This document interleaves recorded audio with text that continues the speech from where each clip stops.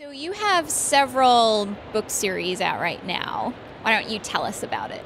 I do. I have the God's War trilogy, and that is about a bounty hunter, interstellar bounty hunter, who's going around chopping off people's heads, looking for the key to unlock the mystery of why her country is at this massive holy war.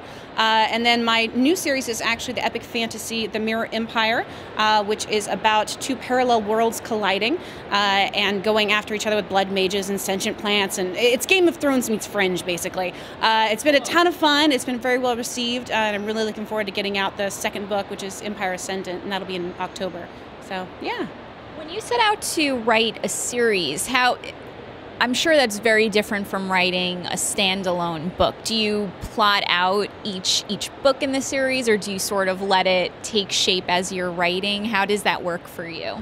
Well, you technically, in order to get the deal, have to write a synopsis and say what it's all about, but that's just kind of words on paper. Then you just kind of go in and do what you want, which I really like. I'm very much a Gardner writer. I go in and I want to be able to experience some of those things with the reader at the same time they do, and figure it out and go, oh, and have those exciting moments. Oh my gosh, I can't believe they did that.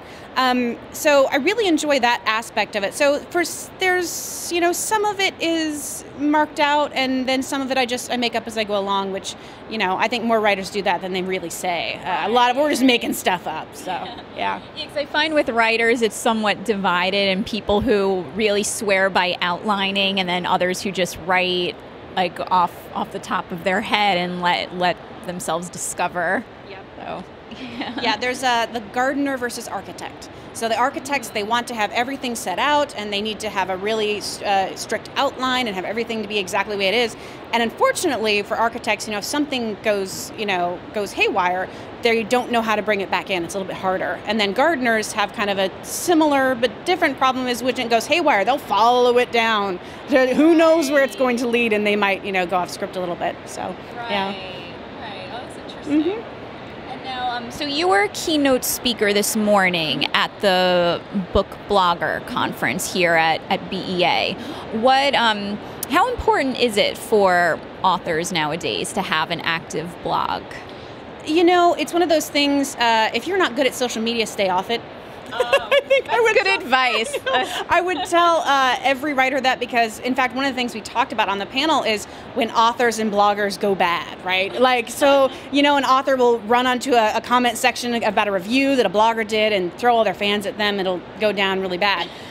So if you're not good at it, you don't like interacting with people, you probably should stay off it. But if you have things to say and you're a professional, it can be a really great way to interact with fans and connect with other people who enjoy books. I've had a really fascinating time, meeting incredible people through my blogging as well as through my books. And I think they again, because those audiences cross over so much, it's been a real boon for me to be a part of the social media landscape.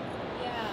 And now, do you feel like having an active blog and social media accounts, do you gain new readers from that? Maybe people who wouldn't have come across your books otherwise? I really think you do, and I think it won't take you from being a mid-lister to a bestseller, perhaps, but it will take you from being an unknown or a lower mid-lister to a solid mid-list or to an upper mid-lister, because you're getting those additional readers really start to magnify, right? It's one person who loves the book, gives it to their friends, gives it to their friends and their friends. I got this really wonderful email from someone who said they followed me on Twitter, and he said, I read your book, and then I gave it to my mom, and then I bought one for my friend, and then I got it to my other friend, and he bought it for his friend, and it was like all of a sudden there was 10 books, right, from one person online who knew me through Twitter. And there's tons of stories like that. So I do think that if it's something you're good at, the relationship pays off. Yeah. Interesting. And now, what's your advice for authors, whether they're new or established, on handling maybe some negativity on social media or, blogger reviews? Do not engage. Just don't. You're going to want to. You got it all wrong. Don't do it.